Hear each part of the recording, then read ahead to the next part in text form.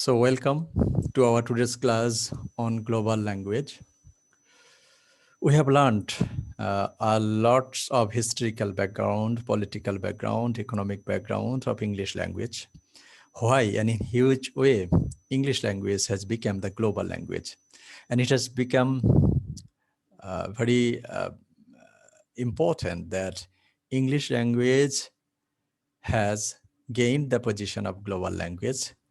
Not only that, English language has sustained yet in its position as a global language.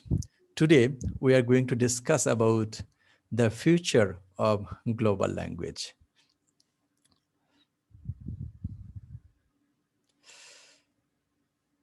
We have also learned that English language has become global language for its legacy or its relationship, English language's relationship with international safety, relation, advertisement, media, press, and so on. That means English language has become a tool in this scenario like international safety relation, media, press, advertisement, broadcasting, international travel, education, and communication. And also we have got the impression that English language is alive and well, and that its global future is assured as in the very beginning of 21st century. However, what will happen next? Will English language be global language forever? Will English language be able to sustain its position as a global language? In this regard, uh, we have to be cautious to predict the future of a language. So what would be the future of English as a global language? We have to be conscious and cautious as well. Why? Because we know the history that in Middle Ages, Latin became the most influential language. And also we would know that Latin gained a very important position at that time in Middle Age. And if anybody would say at that time that Latin will not be the global language next time, then it would be a matter of laugh at that time. And same thing happens for French language, that in the 18th century, French language occupied the position of Latin language. Latin language was replaced by French language, and French language became the global language at that time. But now, replacing that very French language, we have got English language. And English language has become the global language. So we should be, linguistics should be, researchers should be very much cautious about the future of our language, especially a language changes very rapidly. And we have also learned the history regarding why a language becomes a global language. Many dominant powers relating to economics, politics, and technology, English language has gained the position. In this regard, we can say that a week may be a long time in politics, but a century is a very short time in linguistics. That means after 100 years, we may not predict what is going to happen in case of the future of English as a global language.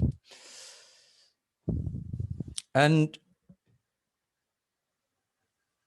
we need to ask in broad terms, what kind of development could impede the future growth of English language?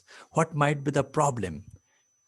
We know, we have already learned that Latin, French, they lost their position as the global language, and we have got English language. And there are several reasons behind them. That means behind replacing Latin language and French language. However, what are the causes that what are the causes that what are the causes that come as the barrier of English language. We have to then, if we can analyze the causes of obstacle that might come before English language as a global language, it is easily we can determine the future of English language as the global language. Several things may come before English language. First thing, that means the balance of political power, economic power, and technological and cultural power that we have learned in the meantime, that English language has the legacy to political power with the most influential political power nowadays, USA, UK. And in terms of economic power, we have also discussed that USA and UK, they have occupied the most prominent position in economic, technological, and cultural dominant power of the world. In case of political factors, might make groups of the people within a country, even whole countries or the group of countries, antagonistic to English. It might be assumed that some people may say that no, we don't want to speak in English nowadays. So they may come, they may show their antagonistic attitude toward English language. This might be happen from a country or from several linguistic group of a country in which there are many indigenous languages or linguistics groups. Pressures arising out of the need to express community identity might disrupt the ability of English to function as a global language. And why? What is the basis of such kind of antagonistic attitude towards English language? They might say that yes, we have our own language, and for this reason, we don't want to speak in English language. We want to speak in our indigenous language to express our linguistics identity, to community identity. This is their reason that might come in future as a barrier of English language. And when such kind of scenario will come with our hand, then they might reject English language and they will take their own language as the medium of their expression. And we have also said that what is the basis? This is the basis. They would say that we want to speak with our own language.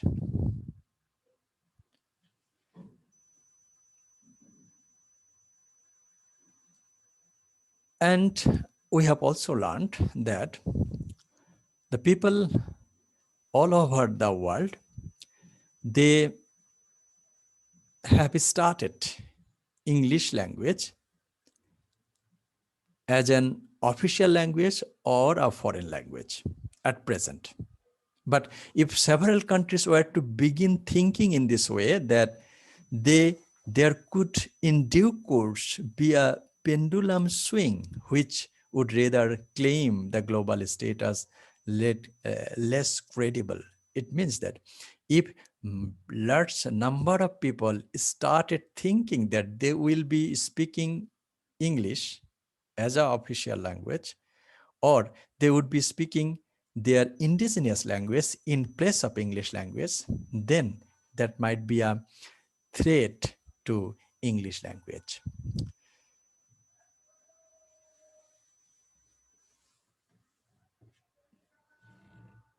Here, one thing is that in case of post-colonial era, when all countries got independence from the British rule, then there will be a notion that why they will be using English language after getting independence. In this regard, we can simply anecdote the history of Bangladesh. Okay, here we see that for the cause of the language movement, we got independence. Okay, so after getting independence, every country might think of using of their own language. So this is another reason. So when all over all the colonies of the world got independence from the British rule, they naturally might think that they will not be using English language. In this regard, President of Kenya, Jomo Kenyatta, said in 1974, I am reading, the basis of any independent government is a national language. And we can no longer continue aping our former colonizers. Kenyan president said that we have got independence on the basis of our language. So language is one of the most important tenets of our identity. So linguistic identity is one of the important identity of every language.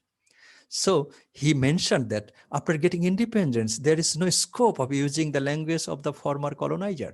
That means the English language. This is his position. Gandhi, writing in 1908, puts the point more emotively.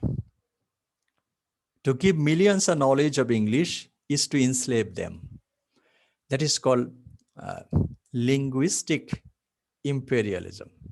If you can teach English language or any language to other people, then it is a way of making them slave of their language and culture. It is not a painful thing that if I want to go to a court of justice, I must employ the English language as a medium, Gandhi said in such a way. And that when I become a barrister, I may not speak my mother tongue.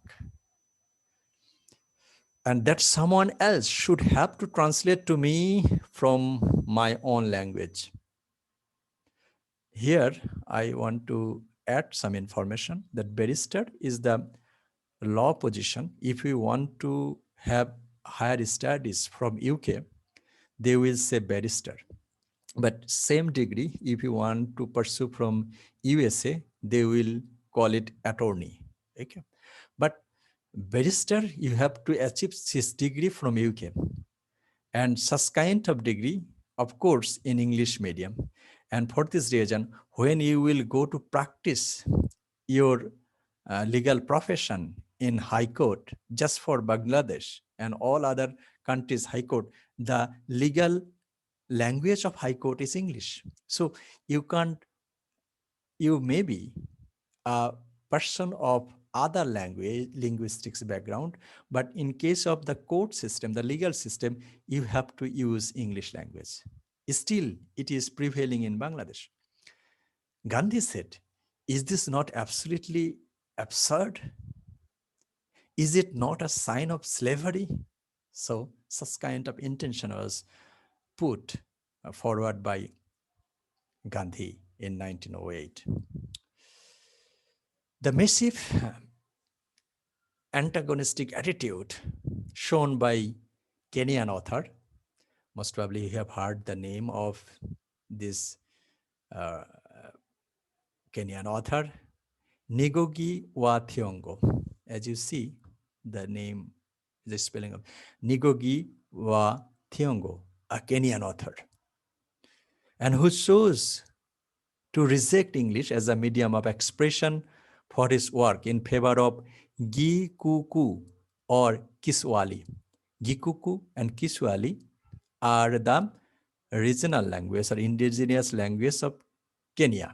So this author, Ngugi wa Thiong'o, discarded English language and started using their indigenous language, Gikuku or Kiswahili, in writing his book. And what is the name of the book? Decolonizing the Mind. And in this book, he has mentioned, this is Ngugi wa Thiong'o's speech, that I am lamenting a new colonial situation which has meant the European bourgeois once again stealing our talents and geniuses as they have stolen our economics. So Ngugi wa Thiong'o said that once upon a time, our economic power has been stolen by the British colonial power, and still that power, European bourgeois power, once again is stealing our talent and geniuses. What does it mean? That means at present, the most meritorious person all over the world trying to pursue their career and higher studies from UK, that means the English-speaking country. So this is a matter of lamentation by Ngugi wa Thiong'o. Another thing, in the 18th century, Europe stole art treasures from Africa to decorate their houses and museums. Again, Ngugi wa Thiong'o mentioned the issues that in 18th century, the European colonial power stole several precious things from African continent and put it as a way of decoration of their museum and their houses. So if you see and visit the museum of European countries, you will see many corners, that is the African corner, Asian corner, and other corner. That means they place them as a way of expressing African art, culture, and this way. So this thing was mentioned by Ngugi wa Thiong'o, and that happened in 18th and 19th century. That means at the time of the colonial expression all over the world. And in the 20th century, Europe is stealing the treasures of the mind to enrich their languages and cultures. So the people at present, you see that lots of the people are trying to head towards European countries. So it is still prevalent in our society. Africa needs back its economy. After getting independence, Ngugi wa Thiong'o, that's at present we have got independence. We have our own economic power. We have our own politics. We have our own culture and our own language and all its patriotic writers. And also we have the writers who can write literature as similar to the European colonial countries. So these arguments are all to do with the identity, with language as the most immediate and universal symbol of that country. So Ngugi wa Thiong'o put in such a way. People have a natural wish to use their own mother tongue and to see it survive and grow. And they do not take kindly when the language of another culture is imposed on them. So he also mentioned, Ngugi wa Thiong'o also mentioned, one thing we have to put here, that means this is not here written, that Ngugi wa Thiong'o in the University of Nairobi, there was a department. That department name was the Department of English. This person, this author, made such influence that Department of English was divided in two departments. One, Department of Comparative Literature and Department of Comparative Language. So in the University of Nairobi, for such kind of antagonistic attitude towards English language, the Department of English was banned or replaced by these two departments, that is Department of Comparative Literature and Department of Comparative Language. That means at present, if you visit University of Nairobi, you will see there is no Department of English. As we see still in the Asian subcontinent, the Department of English is prevalent there. So that attitude is the key issue of rejecting English language as the global language.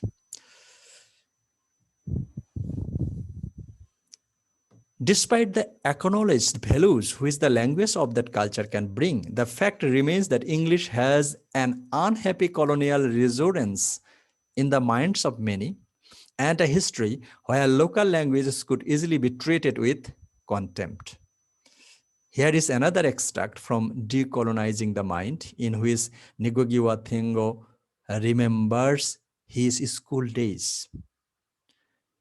Ngugi wa Thiong'o talked about the memory of his school days. He said that English became the language of my formal education when he had been teaching formal education at school. In Kenya, English became more than a language. It was the language, and all the others had to bow before it in differences. English language to Kenya was more than a language. That means the people of Canada would show respect to English language. In alternatively, if anybody was failed to use English language in the premises, he would be punished. Such an incident, he says, thus one of the most humiliating experience was to be caught speaking Gikuki in the vicinity of the school. That means it was not allowed to the premises of a school to use Gikuki, that means the regional language within the school premises. That was not legally approved. And if anybody would do so, what would happen? That means if anybody, any school, a school child would use English language, Gikuki language within the school premises, what would happen? The culprit was given corporal punishment. 3 to 5 strokes of the cane on bare paddocks. That means the garments of his backside will be pulled out and will be punished 5 stroke of cane on the open paddocks on the culprits, and was made to carry a metal plate around the neck with inscription such as "I am stupid" or "I am a donkey." So that was the attitude that English linguistics power or English language or the British colonial power imposed on Kenyan people. So in return, what might be the attitude towards English language from the Kenyan people, especially the person who has such kind of antagonistic memory regarding English language? So equally, it is easy to say how ambivalence can grow. Many writers in the countries of the outer circle see themselves as facing a dilemma. If they write in English, their work will have the chance of reaching a worldwide audience, but to write in English may mean sacrificing their cultural identity. So many writers of the outer circle we know, in the countries where English language is used, either international language or foreign language. So the writer is in a confusion what they are going to do in case of writing. If they write in English language, they will get worldwide audience and reader. Or if they write English language, either it will be another way of disintegrating their own language. So what they will do? This is a scenario facing by the people living in the outer circle. That means in which country English language is not used as the official language. Either it is used as foreign language or international language.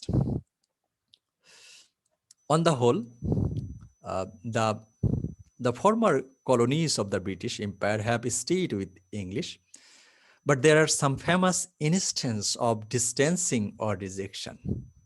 So in such a way, when such kind of attitude will show towards English language might be rejected in many countries of the world.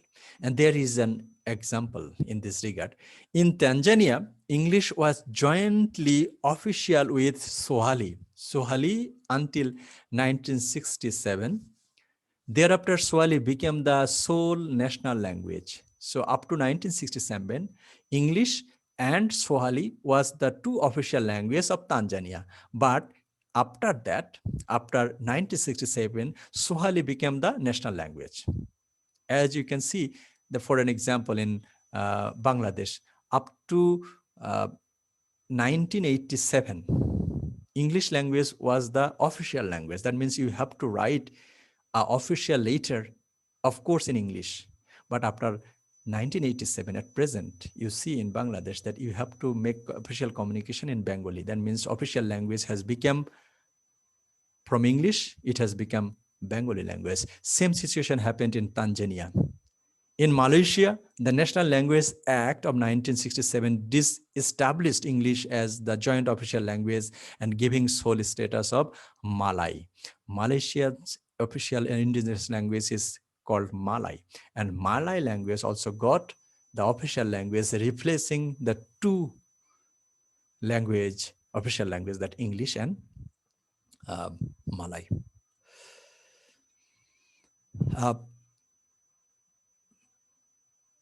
Such kind of example you will see. English has begun to increase its prestige in several countries which were formerly part of the other empires, and where it has no unpalatable colonial association. Okay, but opposite scenario we would see. In 1996, for example, Algeria, a former French colony, opted to make English its chief foreign language in school, replacing French. So we see also opposite scenario for in Algeria. And it is interesting to note that in the excited debate surrounding the proposed creation of the state of Padania in northern Italy, also in 1996, some secessionists were acting English as a more acceptable candidate for a lingua franca than standard Italian. And that also happened in Italy also, that in Italy, they discarded standard Italian and started using English as their official language. So we have examples in both sides. There are also economic argument. So this is the linguistics argument we have got. In case of economic,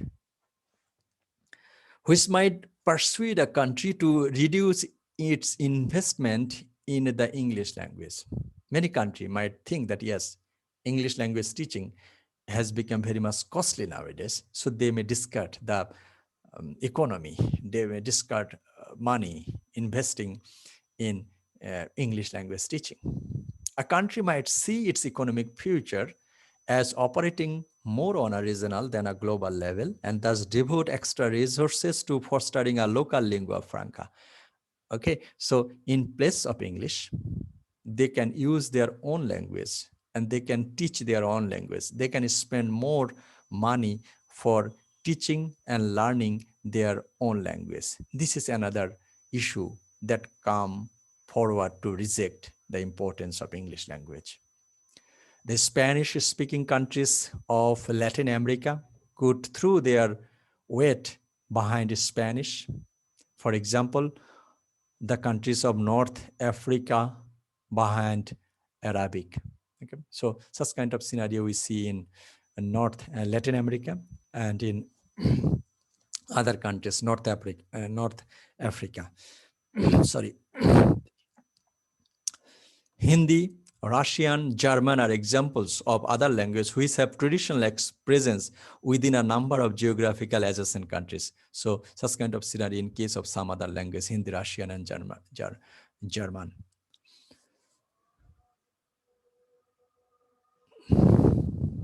The immediate benefit of using a language already well established in the locally could outreach in their mind the longer term benefit in introducing English.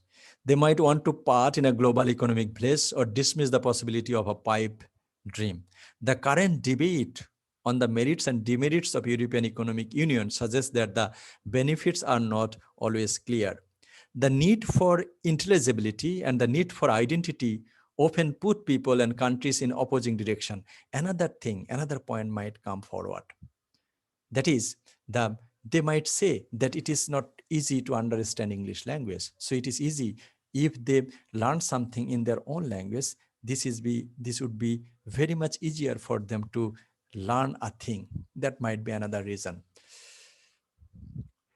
There are ways of avoiding such conflict, of course, notably in the promotion of bilingual or multilingual policy possibilities. So what are the reason? We have see political, we have see linguistics, and also some other reason. So such kind of uh, antagonistic attitude might be replaced by a notion introduced by English language. That is a notion that means if we put focus on bilingualism or multilingualism, which enables people both to have their cake and eat it.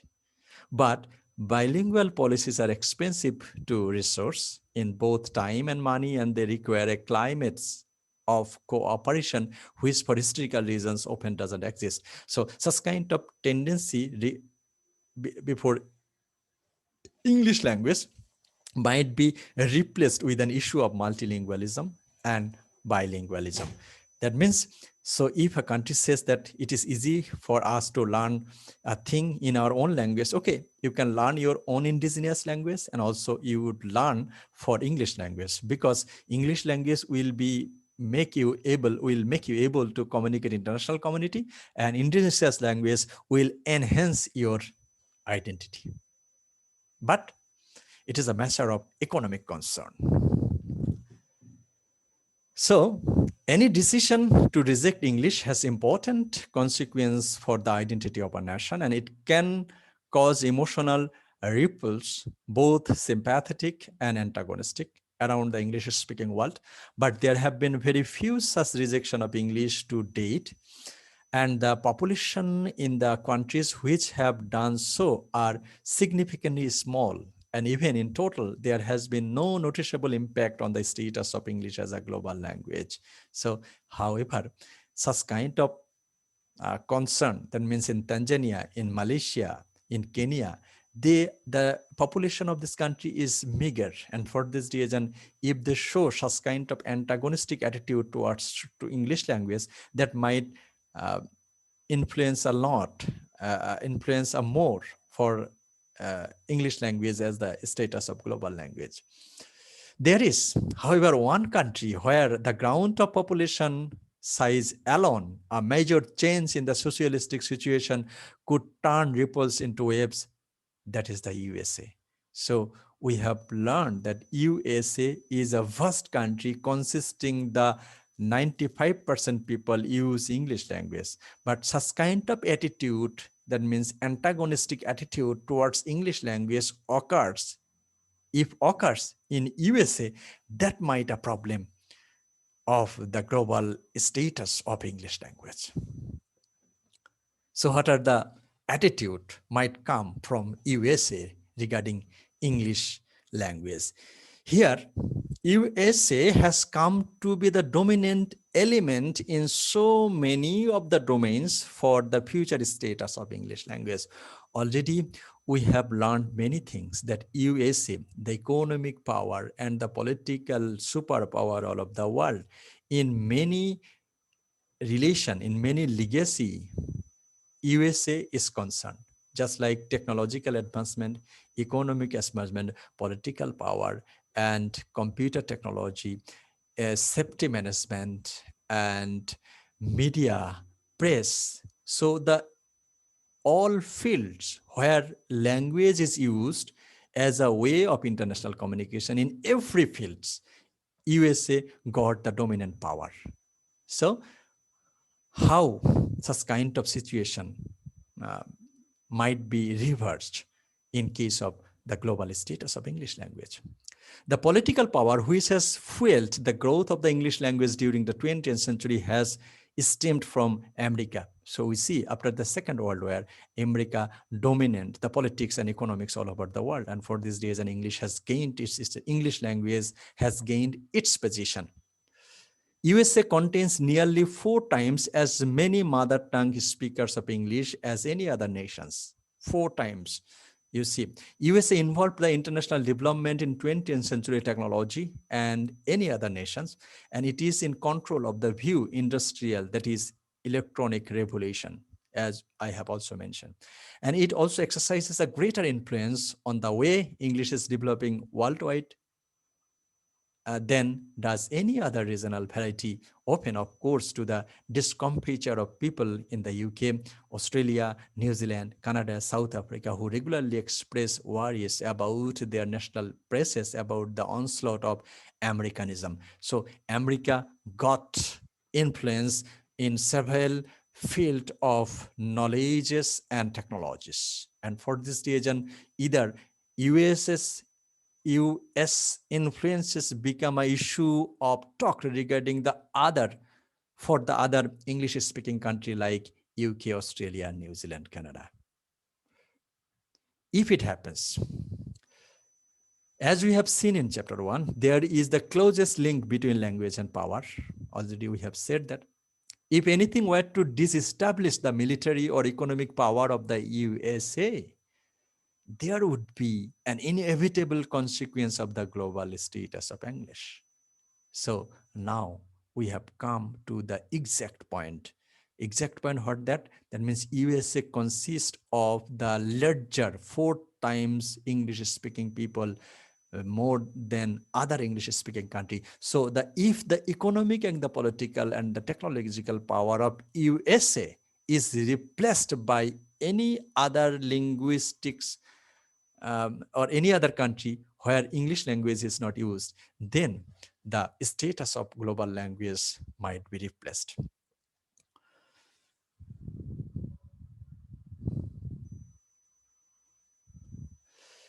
It is unlikely that a corresponding loss of power in any other country would have such a serious effect. Even if, for example, the entire English-speaking population of Canada decided to switch to French, or the entire English-speaking population of South Africa opt to speak Afrikaans, the implication of English as a world language would be minor. Already we have discussed the issue.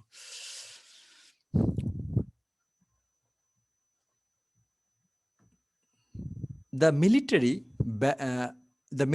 balance 1966-7 reports that the USA still has by far the most powerful conventional armed forces in the world, and is the largest arm producer. So USA, their army is more powerful, and also the arm producer USA. There are the internal forces threatening the country's future unity. However, there are some internal forces, domestic debates and argument within the USA that might cause a problem towards the status of the global language. What is that? English language to have been an important factor in maintaining mutual intelligibility,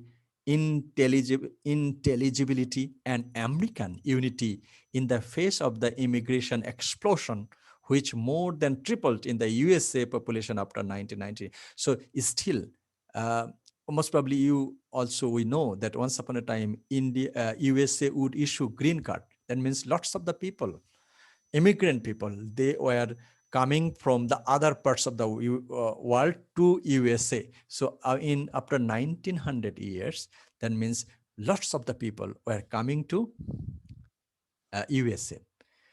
So that might create an effect to the future of English language. What has emerged is a conflict between the demands of intelligibility and identity to the kind outlined in chapter 1. One outcome has been the official language movement. So when lots of people started to come to USA after 1900 years, so many linguistic group started to flourish in USA. So the debate will come that what would be the official language of USA. It would be in English. It would be English, or Spanish, or Italian, or many other many other languages. Because immigration haven't come from a same linguistics background. They have come from different linguistics background. Although there is no official movement in Britain, for example, it is impossible to imagine an analogous situation developing there as well as in Australia, where immigration trend in recent years have been especially dramatic. And such kind of situation is not in Britain, Australia, and other countries. That means the immigration is not so vast that they might raise the issue of using official language in UK, as we see that it might be an issue in USA. And if such kind of issue comes before us, that would be a matter of prestige regarding the rejection of English language. Why, in a country where over 95% of the population is speak English, should there be a movement to make English official? So there is another issue. If it may take a long time for people who speak the threatened language to respond, in the case of Wales, the several hundred years of English domination has become to show real result only recently, starting with the Welsh Language Act in 1967. So this is the scenario of English language. Similar movement can be seen in Ireland, Hawaii, so New Zealand and Quebec. Inevitably, in such cases, there is a secondary reaction, with English users finding themselves often for the first time on the defensive in relation to such matters as job application, where bilingualism may be advantageous, and insisting that the status of English be granted. So we see that if uh, language, the status of English, global status of English language might be threatened, such kind of threat might come from USA, especially from the several linguistics group. They might raise the issue of using official language, but such kind of scenario we don't see in other English speaking country like UK, Canada and Australia. So this is the scenario. We will not read it more. It doesn't include any amendments introduced at the committee stage in July 1996 and thereafter. The United States is comprised of individuals and groups from diverse ethnic and cultural and linguistics backgrounds. So such kind of antagonistic attitude was got a solution in that Language Act. The United States has benefited and continued to benefit from its rich diversity. Throughout the history of the nations, the common thread binding those different backgrounds has been a common language. In order to preserve unity in diversity and to prevent division along linguistics line, the United States should maintain a language common to all people. So such kind of linguistics attitude was replaced by a Language Act that was established in 4th January 1995. And they would say that in case of a so diverse linguistics country in USA, there should be one language to have unity in diversity. This is their decision. So English has historically been the common language and the English of opportunity in the United States. So these are the several amendments they have taken as English language. So this amendment, linguistics amendment, in a series of further clauses, it was made clear that official business meant those governmental actions, documents, and policies which are enforceable with the full weight and the authority of the government. So such kind of issue was mitigated by the several clause represented in the 4th January 1995 that USA government took a decision of language policy of their country. So this is the scenario of this. The wide range of argument is used by each side of the supporters case. So these are the history regarding the language movement in Canada. The political argument for pro-official supporters see in the emergence of the major immigrant groups and the support of the immigrant language programs the seed of separatism and the eventual dissolution of the unity, which is reflected in the name of the United States and its motto, one out of many. So that I have said it earlier, that means unity in diversity. So if there is a one language that will unite all the people of the USA. Attention is drawn to the size of the possible rift, especially in relation to the use of Spanish and the US Census Bureau predicting more Hispanic than African Americans in the USA by the year 2010, and the Hispanic population of over 80 million by the 2050 in the USA. So that might a threat that the Spanish speaking people, Hispanic, that means who would be speaking Spanish in USA. So the people of America, the Spanish speaking people of America uh, has been enlarging very quickly in the USA. This is the regions. So this is the scenario of English language. A community can be torn apart on racial, religious, political, or other grounds, even when both sides are united by a single language. Even another issue come forward. Okay, the Spanish-speaking people might be larger in the USA, but within the Spanish-speaking people, there might be several groups. Either it might be uh, on the basis of religion, political, and the other religion. So in such a case, the group will not be large. So within a same linguistics group, we see several other groups based on race and religion and politics.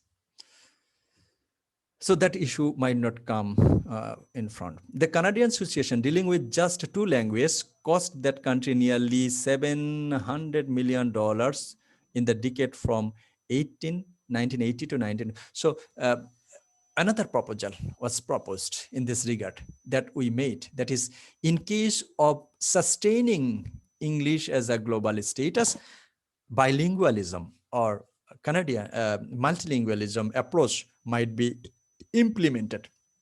Canada established such kind of role that they will be using French and English language in their and for this reason, all official languages might be translated in two languages, in English or French. But what is the scenario? They spent a lot about such kind of translation activities. So that is also another issue regarding the USA. Within the 10 minutes, the population and the many more languages would have to find some multiple of the total each year, depending on the how many languages were selected for the support. So in case of Canada, they could easily deal that either it may be French or English. But in case of USA, you see more than 20 languages in USA. So you can't translate an official document in 20 languages in a minute, or that might require a massive amount of money. So that issue might not come in front of English language. And it expresses concern about the cost of language policy, in which, for instance, in 2002, California was offering license exams to diverse in 33 different languages. So driving license, they set an examination in the USA on the test case in 2002. That cost a lot in USA. It concludes that a better return for money would come from spending it elsewhere in improving the English language abilities to immigrants to the USA. And for this reason, the US government has decided that, yes, we shouldn't go for multilingualism. Either we can teach English language to the other immigrant population who have been using their own language. So this is the issue they have tackled to face the diverse multilinguistics people in USA. So this is the situation of using in Germany, for example, pharmaceutical companies have to provide instruction level in 5 languages: Turkish, Italian, Spanish, and Serbo-Rotarian, and the Greek. So the possibility of English language replacing English language was bilingualism and another multilingualism. We have given an example about Canada. Canada established a situation of bilingualism, French and English, and they have spent a lot and they have come back to using one language. In case of Germany, in case of doctor's prescription should be, in case of pharmaceutical company, they have to supply a label of medicine in 5 languages: Turkish, Italian, Spanish, and Serbo-Rotarian and Greek. And that was also required a lot of money in the language policy. And but these are expressed with a special strength in the USA, partly because of the large number involved and the partly because of the democratic situation is so strongly supportive in rights of the individual. So all these things cannot create much problem in USA because in USA the democratic tradition is very strong, and for this reason they want to show unity in diversity, not in diverse language. Many anti-official supporters unconvinced by the pre-official argument and that find there is no alternative but to conclude that the official English position is one of elitism and discrimination. So they have come in the conclusion that yes, English language should be used of in case of having unity in diversity in USA. So by contrast, multilingualism could bring benefits to a community, helping to promote empathy between different ethnic, ethnic groups. So another issue uh, come in our hand. So this is the issue we have discussed about English language. That means English language has gained its global status. However, this global status might be threatened anytime. So what it would be the causes, especially discussed about the political and economic power. If USA fails its dominant position as the influential political and economic and technological power nowadays, then English language face antagonistic attitude by the people living in other um, countries where English language is used in international or foreign language. And another issue that many countries, colonial countries, after getting independence, they started using their own language. We have given some examples of Kenya and Malaysia. They have started using their own language, replacing English language. But one issue is that the population of Kenya and Malaysia are insignificant in number. And for this reason, that might not be a threat for the status of global language. And but the threat might come within the same country where we see the diverse linguistics group. Just for an example, in USA, we see the immigration people, they started to come from the other parts of the world after 1900 years. And lots of the people started to come to use what would be the official language of USA. In this regard, one point might come forward that where 95% people can use one language like USA and UK, there is no necessity of using the status of a language. However, in case of USA, we see the Spanish-speaking people are enlarging day by day. And for this reason, this might be a threat of using Spanish language as the official language in USA. Here, David Kistel has suggested that such kind of scenario might be replaced by bilingualism or multilingualism. But bilingualism and multilingualism through the translation activities might cost a lot for the economy of a country. And that it can be concluded that in order to get unity in diversity in a diverse linguistics country like USA, there should be a one language and the global language. It means that English language and its global status might be threatened by some other possibilities, but that possibilities cannot be executed at this moment. But what will happen next, we don't know. So thank you very much for attending the class. We will be returning back to the second half of this class.